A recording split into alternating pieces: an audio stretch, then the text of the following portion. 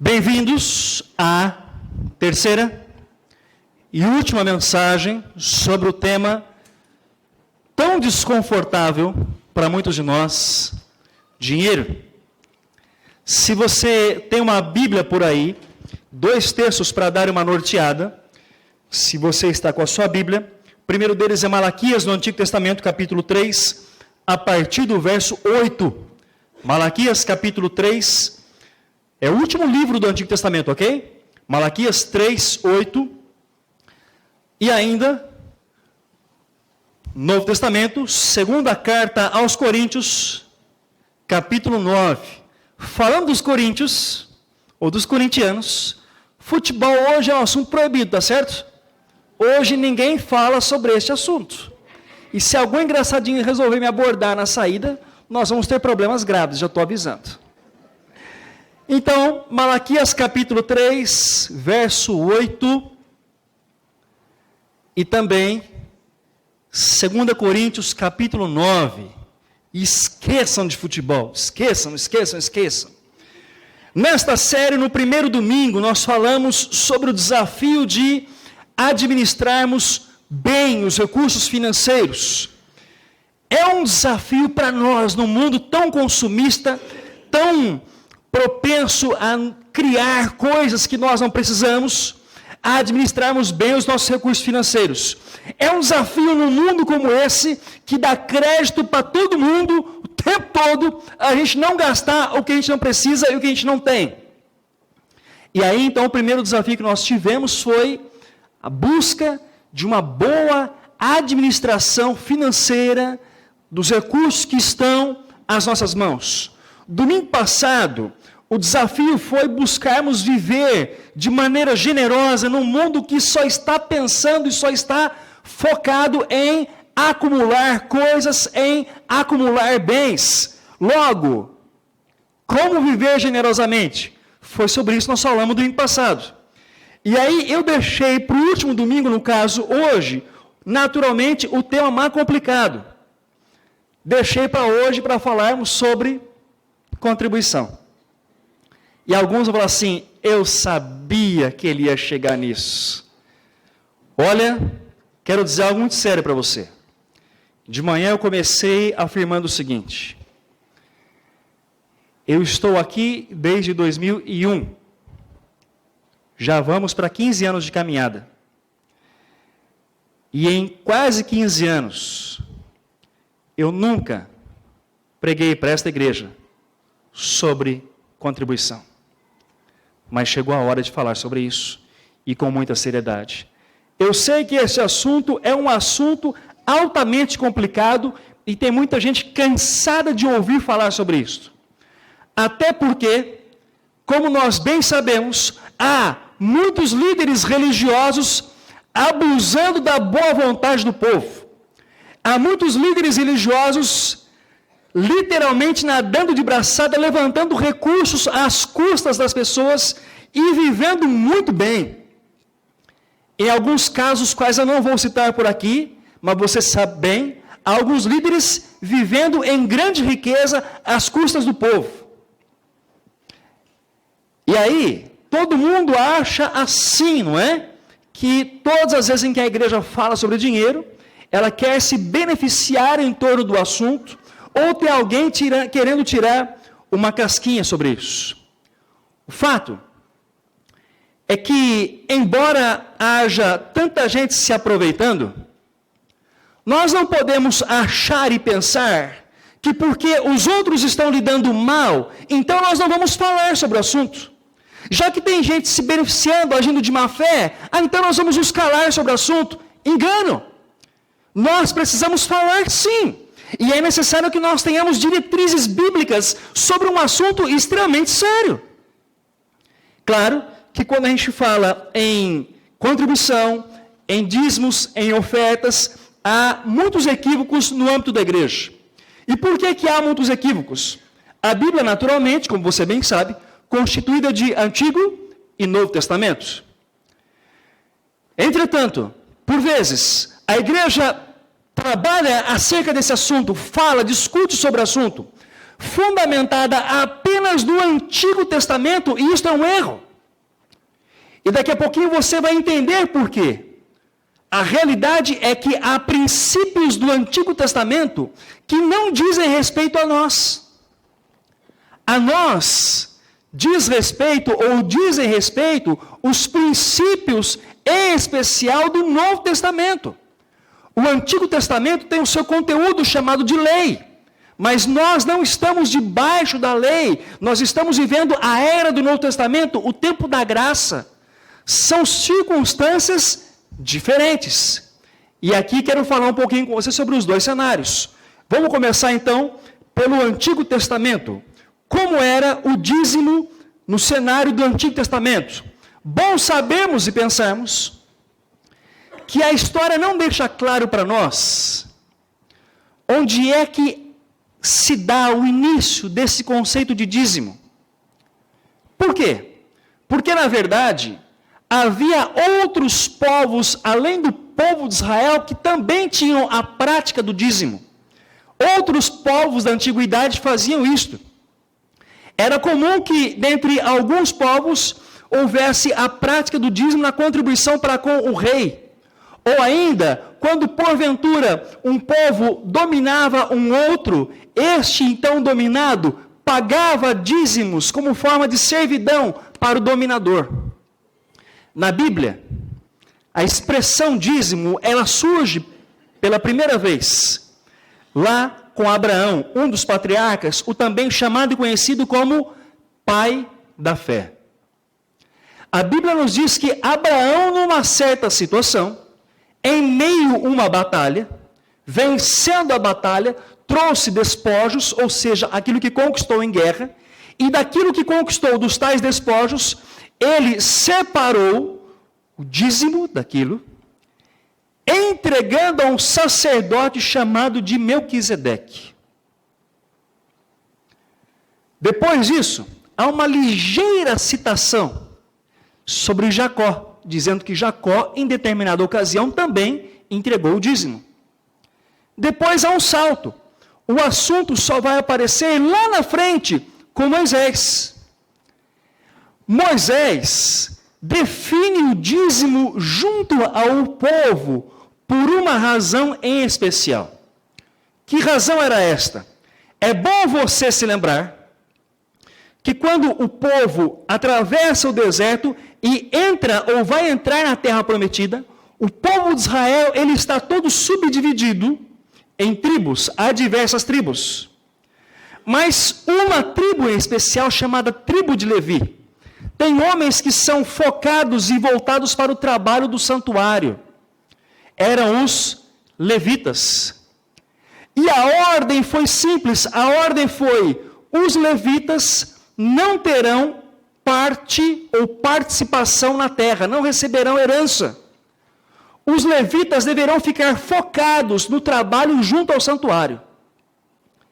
Daí então, o povo deveria tomar as primícias, ou seja, a primeira parte da colheita, e levar ao santuário para o sustento dos levitas. Normalmente, como isso se dava? Da seguinte maneira: famílias iam reunidas e, chegando no santuário, faziam um banquete com o levita, entregando suas primícias, e o banquete era uma forma de oferta a Deus. Mas isso foi no começo da história da Terra Prometida. Conforme o povo se estabelece, e a terra, ou na realidade o povo vai se desenvolvendo como sociedade na terra, fatos novos vão surgindo. E toda vez que uma sociedade se desenvolve, problemas novos surgem. Surgiu o evento da pobreza no meio do povo. 3 classes se tornaram desfavorecidas ou desvalidas. A primeira delas, as viúvas. As viúvas começaram a passar aperto no tempo do Antigo Testamento. Lá não tinha INSS. Além delas, os órfãos, literalmente sem pai nem mãe, ficavam à mercê do povo ou então jogados à miséria. Terceira categoria, os estrangeiros, gente totalmente desvalorizada entre o povo de Israel.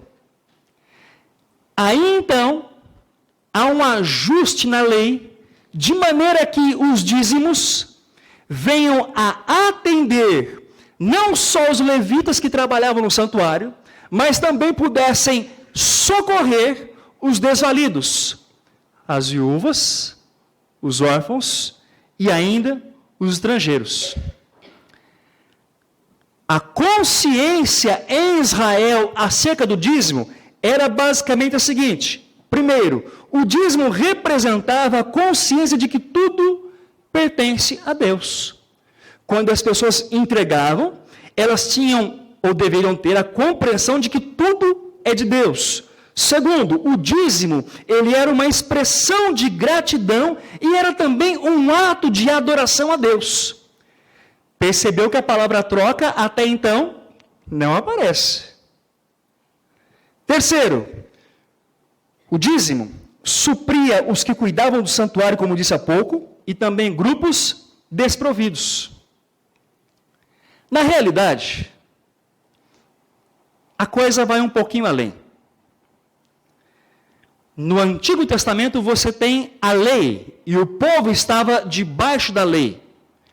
A lei estava definida em torno dos termos da aliança entre Deus e o povo.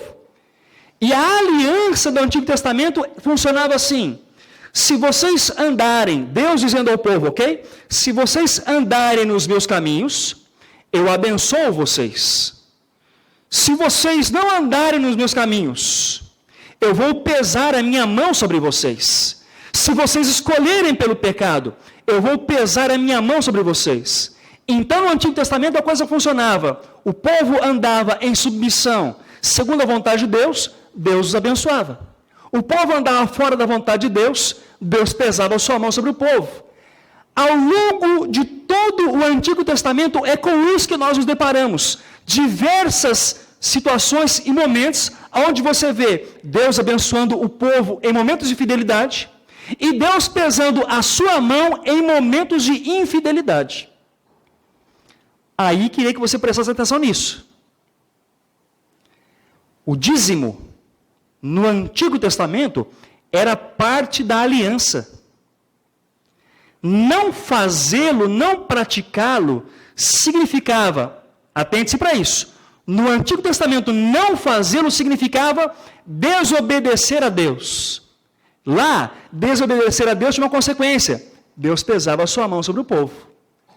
Aí então, nós podemos olhar para o último livro do Antigo Testamento, que é o livro de Malaquias, aonde você tem o seguinte, no capítulo 3, versos 8 a 10. Deus dizendo através do profeta Malaquias: pode um homem roubar de Deus? Aí alguns vão pensar, não tem como roubar a Deus.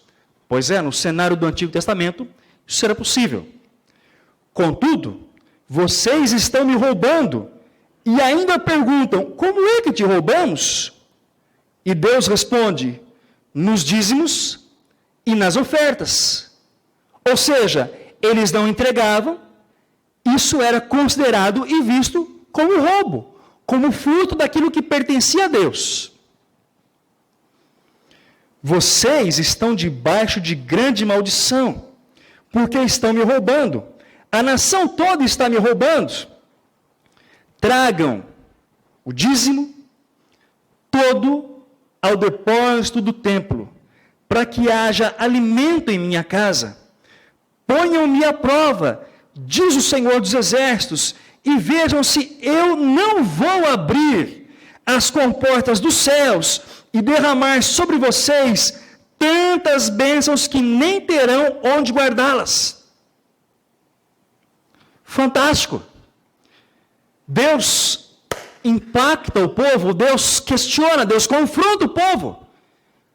Vocês vão agir assim? Eu tenho uma aliança com vocês, vocês vão romper a aliança através das questões materiais? Então Deus confronta o povo para que o povo se arrependa e volte para Ele. Mas, Este é o cenário do Antigo Testamento. Nós, eu disse há pouco, não estamos no Antigo Testamento. Nós estamos no cenário do Novo Testamento. Eu queria que você estivesse o mais focado possível agora. Por algumas razões. Primeiro, para que você possa compreender o assunto. Segundo, para que você não seja ludibriado amanhã ou depois por alguém que vai dizer para você A ou B acerca daquilo que não está descrito ou registrado nas Sagradas Escrituras. Então, eu queria desafiar você a estar o mais focado possível. Qual é o cenário do Novo Testamento? Qual é a realidade presente no Novo Testamento? Aqui, temos algo de curioso para pensar. Porque a palavra dízimo, ouviu? Dízimo, ela praticamente não aparece no Novo Testamento. Na realidade, o Novo Testamento não diz que eu devo dizimar, que eu devo dar o dízimo, 1/10 daquilo que tenho, daquilo que recebo. O Novo Testamento não afirma isso. Na realidade, a única menção que você encontra no Novo Testamento acerca do assunto, ou da expressão propriamente dízimo, aparece na carta aos Hebreus. Sabe em que circunstância? A carta aos Hebreus narra o evento de Abraão dando o dízimo a Melquisedeque. Só. Jesus nunca disse para os discípulos que eles deveriam dar o dízimo. Isso não está aqui. Jesus nunca disse que os seus discípulos deveriam ser dizimistas. Na realidade, o que Jesus fez, certa ocasião, foi se assentar com os discípulos, diante do local das contribuições, e foi questionar as motivações as quais alguns tinham a realizar o ato do dízimo e da oferta. Mas Jesus não disse nada propriamente sobre o assunto. Embora eu disse para você com frequência, nos 2 domingos anteriores, que Jesus falou diversas vezes sobre o dinheiro. Não obstante, o apóstolo Paulo, que trouxe vários conselhos, e ninguém mais do que ele, Paulo trouxe vários conselhos, as práticas diversas no âmbito da igreja, o próprio apóstolo Paulo não falou, não mencionou, não disse que o cristão deve dar o dízimo. A essa altura você já deve estar ficando louco comigo. Ou deve estar achando que eu estou louco. Mas eu estou falando para você o que está aqui. Paulo não diz que deveríamos fazer ou deixar de fazer. Paulo disse sim, que em alguns momentos é necessário que haja a contribuição para favorecer os necessitados. Vimos isso domingo passado. Segunda carta aos Coríntios, capítulo 8. E hoje vamos ler um trechinho do capítulo 9. Paulo fala da contribuição, mas focada para o desvalido, para o necessitado.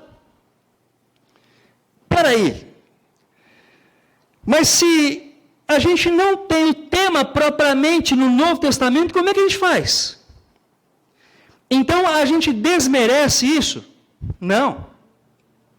O ponto é, embora o Novo Testamento não seja tão focado, tão direto, ele traz para nós princípios nesta relação para com Deus. Eu queria que você entendesse e percebesse o seguinte: existem alguns assuntos no Antigo Testamento, os quais são redefinidos no Novo Testamento. Há uma redefinição. Por exemplo, no Antigo Testamento, você tem a celebração da Páscoa. A celebração da Páscoa envolvia a morte e derramamento de sangue do Cordeiro. Certo? Lembra disso? No Novo Testamento, você tem uma outra realidade. Jesus redefine a Páscoa. Por quê? Porque ninguém mata mais um cordeiro. Jesus agora ele diz que ele é o cordeiro. Na hora da ceia ele diz assim: este é o meu corpo. Ele parte o pão. Este é o meu corpo, eu sou o cordeiro. Este é o meu sangue, que é o vinho. No Antigo Testamento, toda criança, ou melhor, perdão, todo menino, ao 8º dia deveria ser circuncidado, sinal da aliança para com Deus.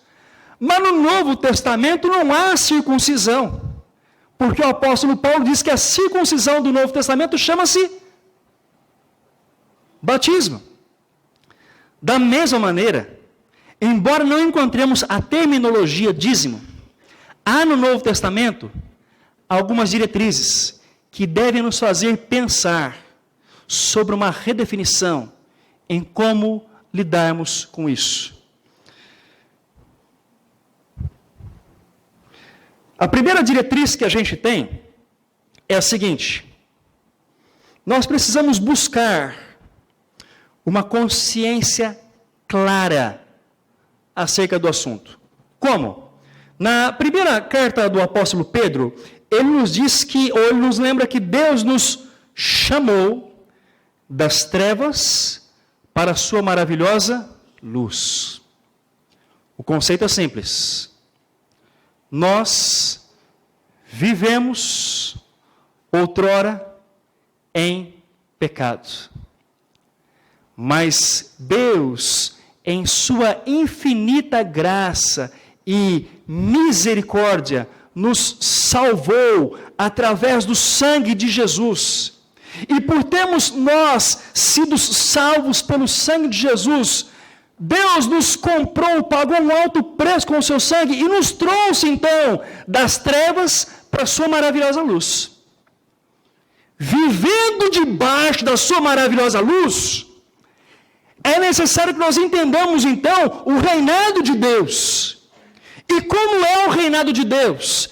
Quero compartilhar com você 2 textos que compartilhei, tanto no primeiro quanto no segundo domingo. É importante lembrarmos que o salmista diz assim para nós, do Senhor é a terra e tudo que nela existe, tudo que nela se contém.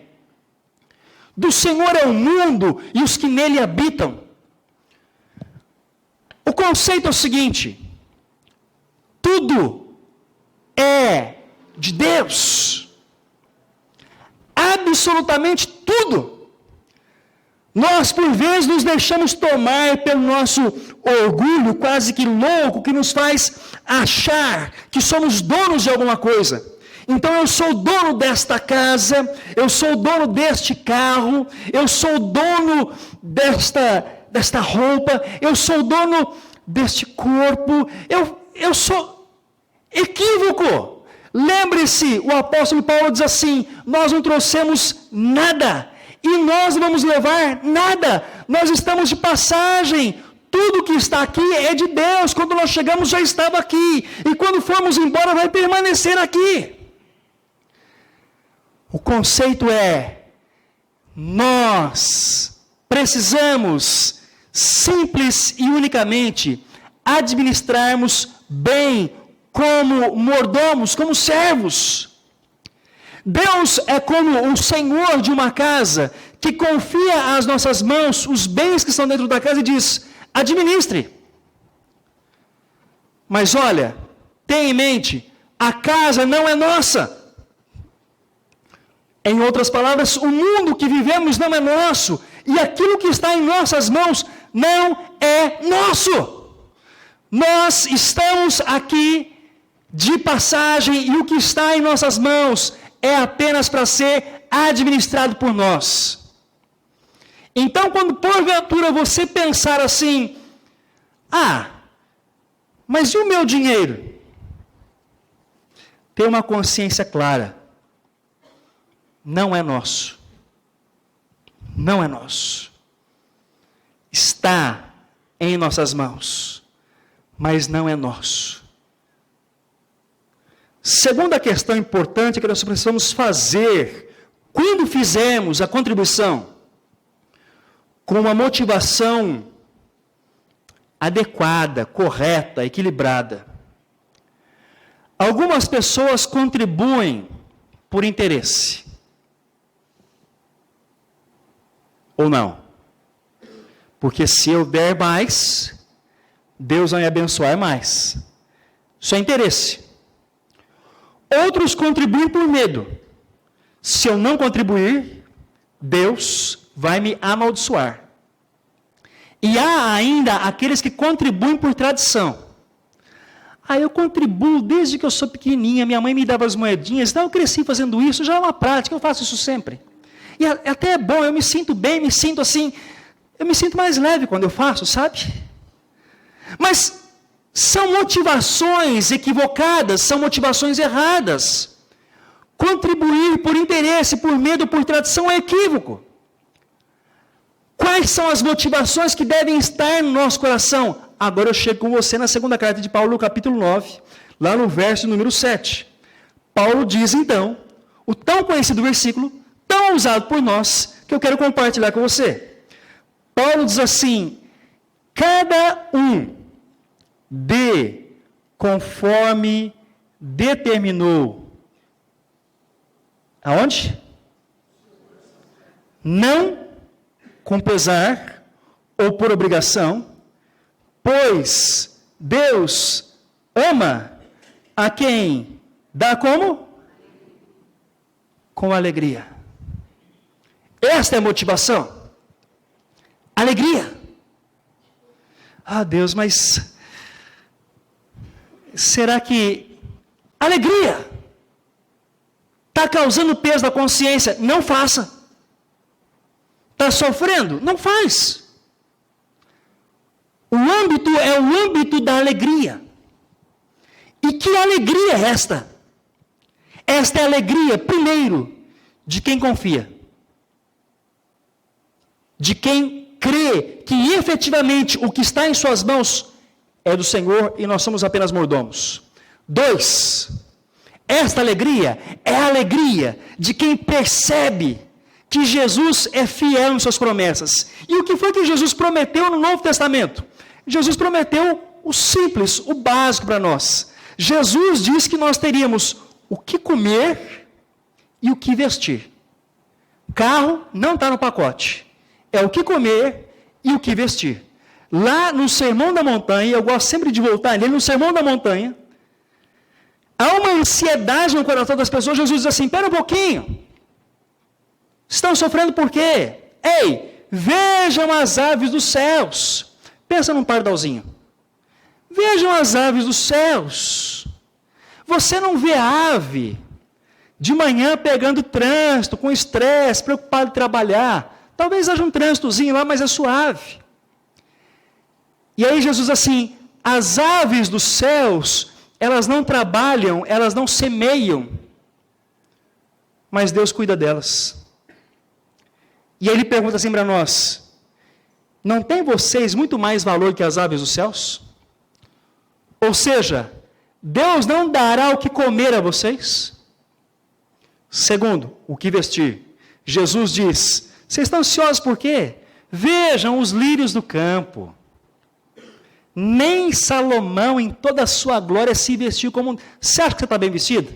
Convenhamos, os lírios do campo estão muito mais bem vestidos do que nós.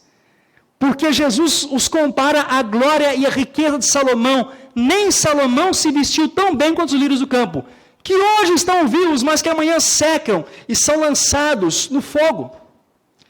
E aí Jesus pergunta assim: não tem vocês muito mais valor que os lírios do campo? Então, se Deus dá o que comer às aves dos céus, e Ele veste os lírios do campo, não vai fazer isso com vocês? A essa altura, você está pensando assim: mas tem gente que não tem o que comer e não tem o que vestir. Logo, isso deve ser maldição de Deus. Em hipótese alguma. Se alguns não têm o que comer e o que vestir, é porque, na mesma área, há alguns que têm muito o que comer e que vestir e não dividem. A pobreza e a miséria, elas existem para sustentar um sistema. E para que alguns permaneçam no topo, na cadeia, outros têm que permanecer... Quer dizer, alguns deveriam permanecer na cadeia, não, né? Na cadeia alimentar, então, na cadeia social, alguns têm que permanecer embaixo, na miséria. consequência do pecado, e não omissão de Deus.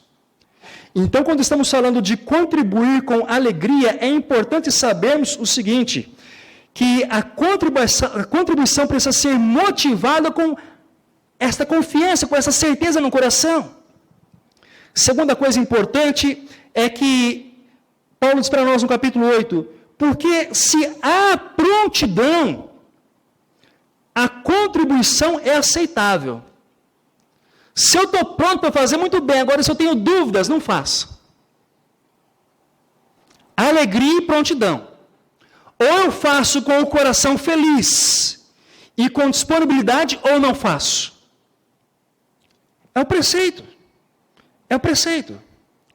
Aí a minha pergunta para nós é, estamos nós contribuindo? Quando contribuímos? Se é que contribuímos?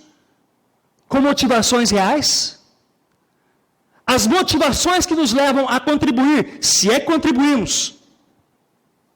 Quando contribuímos, são motivações verdadeiras? Somos motivados por prontidão e por alegria? Bom lembrar, tudo é dele.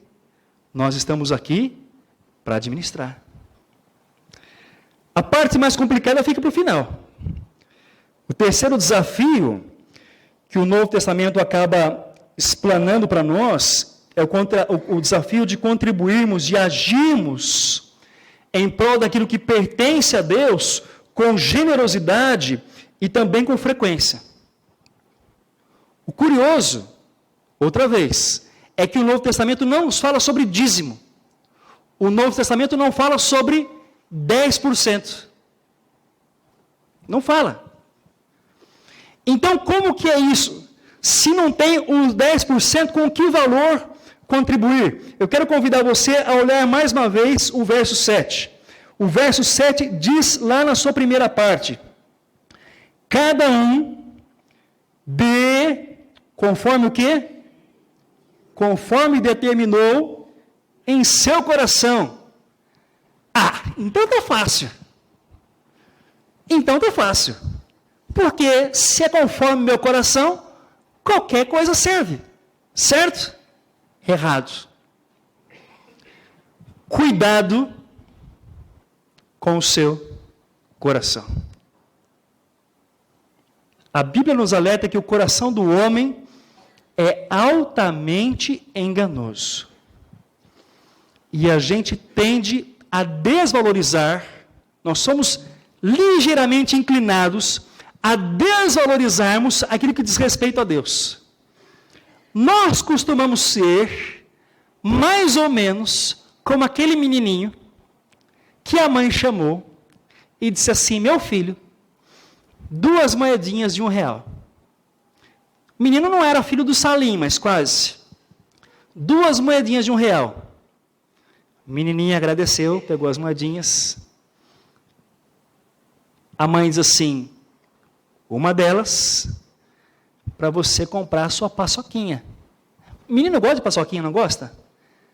Você sabe, quando eu falo de paçoquinha, eu me lembro de uma... Não vou contar, depois eu conto para vocês que essa história é meio vergonhosa. Mas tem a ver com paçoquinha. Mas R$1 era para comprar a tal da paçoquinha.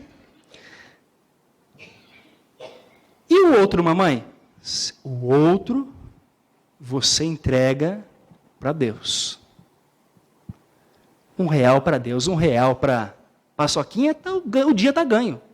O menino sai cantando, com os R$2, feliz da vida, tropeça, cai, uma moeda sai rolando, cai no bueiro. Ele olha para o outro e diz assim: puxa vida, graças a Deus, o dinheiro da paçoquinha está aqui, mas a moedinha de Deus foi-se embora. Há uma ligeira inclinação em nós, diante desta realidade, cada um dê conforme determinou em seu coração, agimos pelo âmbito da esmola, agimos pelo âmbito da sobra. Todavia, é necessário fazermos uma amarração com o Antigo Testamento. Antigo Testamento, o dízimo era feito a partir das primícias, da primeira parte. E no Novo Testamento, o que acontece? No Novo Testamento, as coisas não são niveladas por baixo, são niveladas por cima. Preste atenção nisso. Jesus, lá diante do ofertório, lembra-se? Quando entra uma viúva, a viúva coloca 2 moedinhas de cobre na caixinha. E Jesus diz algo precioso, ele afirma assim: essa mulher deu mais do que todos os outros. Por quê? Deu tudo o que ela tinha. Não era nada, mas ela deu tudo. Nivelou por cima. Atos dos Apóstolos. As pessoas começam a trazer aos pés dos apóstolos recursos financeiros altamente significativos, como Barnabé. Diz para nós, Atos dos Apóstolos, veja bem, que algumas pessoas, vendendo seus bens e propriedades, traziam os recursos e depositavam aos pés dos apóstolos. Aí você diz assim, que loucura! Nivelou por cima. Não é esmola. Ah, não é 10% o conceito do Novo Testamento? O conceito do Novo Testamento é, cada um contribua segundo o seu coração, mas o seu coração precisa perceber que tudo é de Deus. E o desafio, o qual nós temos aqui, é o desafio de agirmos com generosidade. Quando? Vou com você agora para o capítulo 9, verso 8. Diz assim o apóstolo Paulo: Deus é poderoso para fazer que lhe seja acrescentada toda a graça, para que em todas as coisas, veja isso, em todo o tempo, tendo tudo o que é necessário, vocês transbordem em boa obra. Veja, em todo o tempo, vocês transbordem em toda boa obra. A ideia é fazer sempre. A gente às vezes esquece, né? Tem tanto compromisso que a gente esquece. Mas se o conceito for algo organizado, for pensar e priorizar o que está ali, nas primícias, nos primeiros frutos, então o cenário é outro. Generosamente e fazer frequentemente. Depois de dar alguns nós na sua cabeça, quero perguntar, em especial você, membro dessa igreja. Se você está visitando a gente, fique em paz. Eu não quero que você saia daqui constrangido, mas se você é membro dessa igreja, a minha pergunta é, como é que você está lidando com esse assunto? Esse assunto é um assunto que incomoda o seu coração? Somos nós, gente consciente de que tudo pertence a Deus? Estamos nós focados nessa diretriz? Como é que você está lidando com esse assunto na sua vida? Você que é membro desta igreja, como é que está lidando com esse assunto na sua vida? Cuidado. Por 2 razões. Primeiro risco da omissão. Eu não tenho nada a ver com isso. Segundo risco, você dizer assim, ah não, mas olha, eu vou pegar o meu dinheirinho e eu vou entregar para uma ONG, porque o certo é lá. A igreja nem precisa. Talvez você tenha até um pouco de razão, mas cuidado, tá? Porque quando eu começo a querer dar destino para o meu dinheiro, eu estou dizendo que ele é meu e eu mando para onde eu quiser. É um risco. Então, como é que nós estamos lidando para com isso? A contribuição, fique claro para nós, é uma forma de adoração. Assim como nós adoramos a Deus quando cantamos, assim como nós adoramos a Deus quando abrimos as Escrituras e nos alimentamos dela, a contribuição também é uma maneira de adorarmos a Deus, de reconhecermos que tudo vem dele, e nós vamos apenas retornar algo para a glória do nome dele. Ligeiro parênteses, eu estou em crise financeira, estou desempregado, estou com problemas sérios e graves na minha vida nesse cenário. Não se preocupe com ele depois, quando você organizar a sua vida. Primeiro se administre melhor, depois você pensa nisso. Agora essas coisas estão em paz, o momento de pensar é agora. Queria convidar você a um tempo de oração. Vamos fechar os nossos olhos, curvar a nossa cabeça, vamos falar com o Senhor.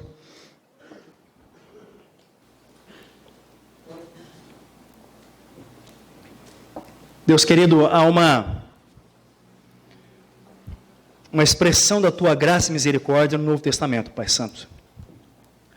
Mas isso não pode significar para nós que nós simplesmente vamos fechar os nossos olhos diante desse tema, vamos cruzar os nossos braços e não vamos nos empenhar, não vamos nos engajar no assunto, Pai Santo.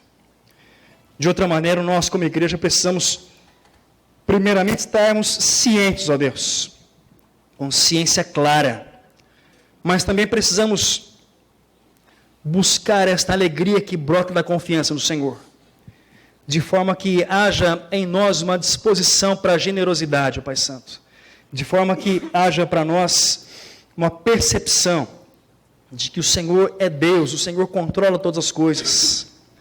E para nós é um grande privilégio podermos contribuir para a glória do nome do Senhor.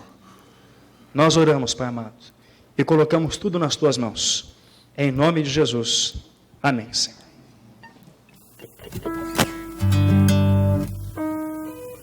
Via de regra, a gente canta essa música no começo do culto. Mas a parte B dela, Pedro, passa para mim. Mais um slide, mais um. Isso. Dá uma olhada aí. Aí é contigo, tá?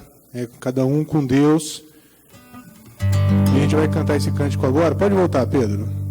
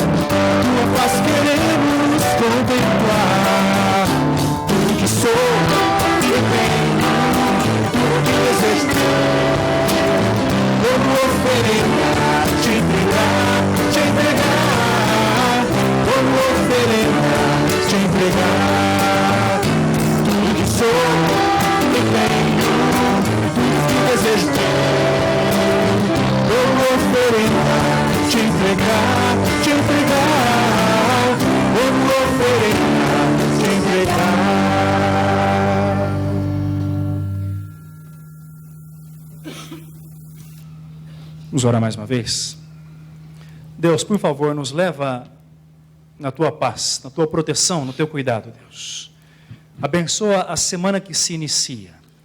Abençoa cada dia da nossa caminhada. Cuida de nós, das nossas famílias, daqueles que estão próximos de nós. Derrama sobre nós a tua graça contínua. É a nossa oração em Jesus, teu único Filho. Amém. Queridos e amados, fiquem então em paz. Que a graça de Jesus, que o amor de Deus, nosso Pai, e que a presença do Santo Espírito esteja e seja com todos nós, hoje e para todos sempre. Amém. Amém. Amém. Que Deus nos abençoe, que a gente tenha uma boa semana. Não sai sem dar um abraço a quem está do seu lado. Dá um abraço gostoso, apertado. Desejo uma boa semana.